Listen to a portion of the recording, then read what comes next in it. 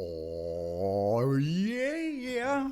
Welcome back, everybody. It is I, the Dr. Boss Key, and today, or this evening, if you will, because it's been a long day of day jobbing, we are going to look at the updated version of the Power Up animation. So, I did a kind of sneak preview.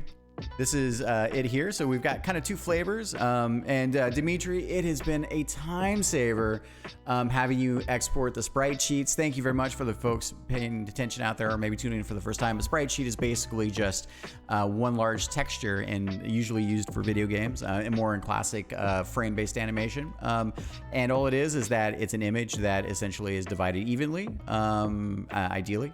It can be different for different engines, but the simplest version is that you have each frame of animation, and then the in this case the engine we're using displays each of the images one after the other with some time in between that you can kind of adjust to kind of to tweak how fast or slow you want it to be, and then when it gets to the end of the available images, it then in this case restarts at 1 or 0 if you want. So we have 8 frames here. I feel a little guilty about 8 frames of animation. This is a 256 by 512 by 256. It's, you know, but then again, look, this thing's for the PC. This is modern. I mean, we've got plenty of memory. So look, I think this gives us enough frames to have a smooth animation without having to be super janky. And that's what you're seeing here, right? So you can see the jankier version. This is a very early, this is a prototype from earlier in the week, maybe last week. Everything's kind of a blur right now with all the work that I'm doing. But you know, you can see examples of like, you know, us sort of playing with like what do 2 frames look like? How does that feel in terms of speeds? And I really wanted to see if we could take these kind of like hook elements that we have for the screen itself, and to essentially get kind of a rotating bit, right? So I like the result. I think we're gonna keep both the version of I don't have that one in here right now, of the electricity plate itself, and also the spinning bit here. Dimitri, I think a couple things, because I'm gonna walk you through some tech bits, but one bit of feedback here is, now since we're going to spin these 8 frames, let's see if we can essentially, you know, in the frame itself, let's see if we can, you know, let's put a couple blinking lights on there, like green, maybe blinking lights, purple, blue, not a ton, just maybe in the corner or something like that. We can make them glow a little bit beyond just the image itself. And that way it will give it just a little bit more life, because we're using this classic non 3D animation style, and we may as well, you know, good old school frame-based animation generally has a bunch of things going on. It's always in motion. It's very snappy. So we don't need super long. We could possibly, we've got 8 frames. We could have, you know, like bigger fades with the lights themselves with a bit of an overbloom. That I think would be super cool. But yeah, and you know, like little old school game development, and you know, I've been in the industry for a long time, and you know, one of the principles that I've learned from some of the greats, right, is that, you know, you take a flight game, for example, right? This is a 2D flight game, but you take like a you know, 3D flight game. And it's one thing to have like, okay, here's you controlling the ship, and, you know, here's the camera, and here's how the camera moves with the ship, right? But then it's also about how you create visual interest and noise. And noise being like, for instance, you call them fluffies, like clouds that kind of fade in and press against the cockpit to give you the, you know, the perception that you're moving through space, right? Making sure that you have the ability to change your time of day, so that while you're in the level, you have this subtle change of lights and darks, or even just like mornings to noons, but having a subtle shifting pattern of always having just a little something that's changing, or a lot of little somethings that are changing that aren't super noisy, because then it's just a weird kaleidoscope of craziness, but are put together in a way that kind of creates a tapestry where you're subconsciously appreciating the details, because as you focus on different points, human perception, right? When you have something new to take in, you can appreciate that. Now in shooters, it's a slightly different thing, you know, but some of the principles apply. So when I go about thinking about game development and the interaction loops and the visual loops and what that looks like, I'm always first core gameplay and interaction. Like the game has to feel good to control. But you know, another thing that I've grown to appreciate a lot more is just subtle variations that you can do without, you know, overdoing it, right? So then taking that back to this example, putting a couple lights that are kind of glowy on maybe the corners of this thing. I still want to explore perhaps adjusting the screen color. I feel like our screens are a little dull right now. Not maybe color, but maybe contrast and hue. You can see one of my the earlier examples.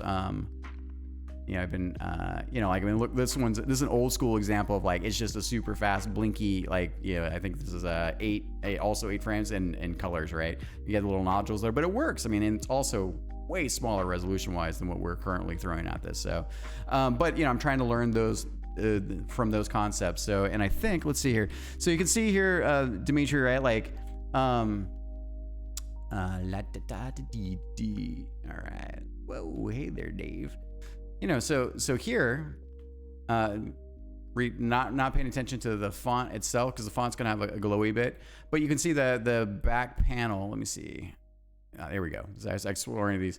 So this black panel, we have this kind of like this warmer, hotter, more vibrant glow, and it kind of has a fall off. I think it's a little too extreme here, but let's do a version where we have the screen that has just a little bit more of that, and that we can, as we switch through the frames, it also has kind of a you know, like a living visual aspect. It shouldn't be super bright because the text needs to sit on top of it and be readable.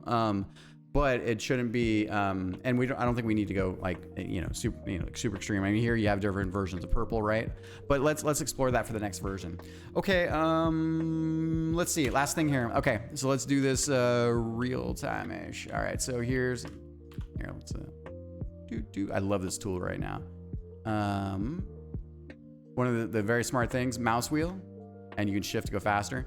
This is your timeline at the bottom here in SHMUP Creator, right? Super good. So when you're playing through a side scroller, you want to get to the different points, and you don't want to always play through to that point. And the thing that's really great about this so far, and you can control how long you want the level to be. But if I want to iterate, that's that quick. If I'm like, oh hey, you know, like this enemy moves back, boom, iteration. Oh, like this is a little too crazy, or maybe I want like, you know, like a bunch more, you know, to beef it up. And the fact that you can iterate through this, oh man, I'm kind of in love. I care deeply about iterating through gameplay. And the thing with a lot of game engines is that, especially the ones that are engines that do everything for everyone, which is good. You want generalist engines because you want people to make all different types of games. So, and engines are great because they can build similar tool sets. But in this case, the developer lovingly has thought about, how do I iterate through gameplay fast? And that's one of the ways they do it. So anyways, but I digress. I'm excited. So let's come back to this. All right. So Dimitri, I'm going to come back and show you something, and we'll do this here. So notice in the very bottom, you can't, so look right here, right? So you really can't, can I even see it in this case? Let's take a look. Perspective. Oh yeah, cool. So you can see here. So notice we have a dirty, not a dirty frame. We have an alpha that has a bit of transparency. And so what happens when we have like a half transparent pixel, a lot of times, depending on how the engine renders, it will pick up and it kind of looks like a dirty edge for one of the images. So I'm going to also give you access to another tool. So I wanted to try something here just real time to see if we can fix that. So here's our sprite sheet, and it's probably down here in one of these, but I don't think we have to worry too much about that, because we're also adjusting, like here you can see actually there's a whole pixel gap here. I think there's a little bit there, and the way that these are aligning. So not a huge deal. So all I'm going to do is I have this tool called Super PNG. It's a plugin. It's free.